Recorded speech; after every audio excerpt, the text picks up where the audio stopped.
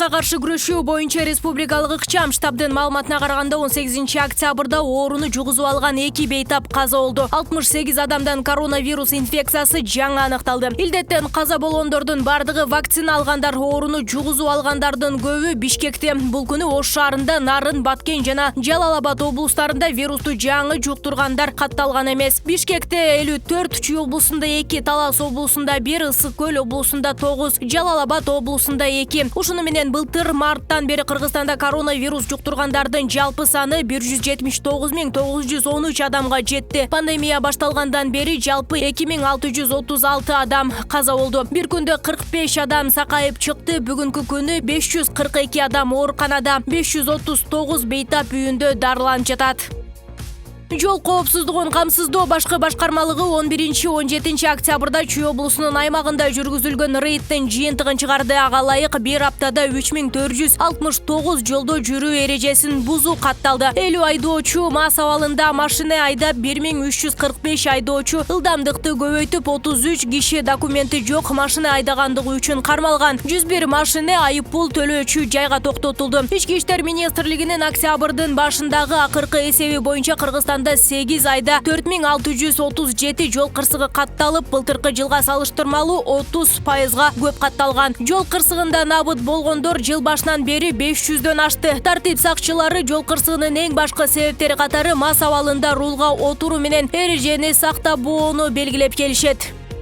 Министрлер кабинетинин төрагасынын орун басары, улуттук коопсуздук мамлекеттик комитеттин төрагасы Камчыбек Ташиев дары-дармек менен камсыздоо жаатындагы абалды толуктоо боюнча мекемелер аралык комиссиянын кеңешмесин өткөрдү. Кеңешменин жүрүшүндө дары-дармек менен камсыз кылуу чөйрөсүндөгү кырдаалдын актуалдуу маселелери талкууланды. Камчыбек Ташиев дары-дармектин баасында фармацевттик бизнестик көйгөйлөрүнө, медикамент аткезчилигине, тиешелүү мамлекеттик органдарынын бюрократиялык тоскоолдуктарына токтолуп өттү. Кеңешменин жыйынтыгында дары-дармектердин рыноктук наркын түзүү ыкмаларын кайрадан карап чыгуу, анын катарында калк үчүн өтө маанилүү дары-дармектин баасын төмөндөтүү чечими кабыл алынды. Ошондой эле тиешелүү мамлекеттик органдардын жетекчилерине чайкоочулукка жол бербөө үчүн натыйжалуу чараларды иштеп чыгуу тапшырмасы берилди.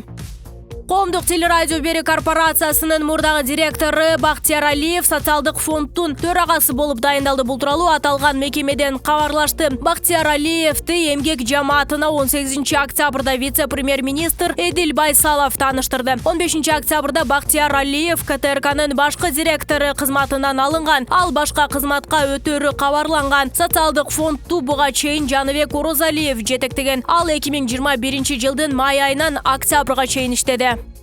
Талибандын өкмөт башчысынын орун басарынын милдетин аткарып жаткан Абдул Салам Ханафи баштаган делегация 16 октябрда Өзбекстандын Термез шаарына келди. Бул талиптер 15 августта Афганстанда бийликти басып алгандан бери жогорку даражалуу өкүлү Өзбекстанга сапар алган алгачкы учур. Ханафи менен сүйлөшүүлөрдү өзбек тараптан премьер-министрдин орун басары, инвестиция жана тышкы соода министри Сардор Умурзаков жетектөөдө. Өзбекстандын расмий маалыматына ылайык, Ханафинин сапары буга чейинки макулдашууларды ишке ашырууну көздөйт. Өзбекстандын тышкы иштер министри Абдулазиз Камилов 7 октябрда Кабулга жумушчу сапар менен барып, бир катар макулдашууларга кол коюлган. Камилов анда Талибан өкмөтүнүн тышкы иштер министринин милдетин аткаруучу Амирхан Муттаки менен жолугушкан. Талибандын тышкы иштер министрлигинин маалыматына караганда, ал жолугушууда транзит, энергетика жана соода маселелери талкууланган.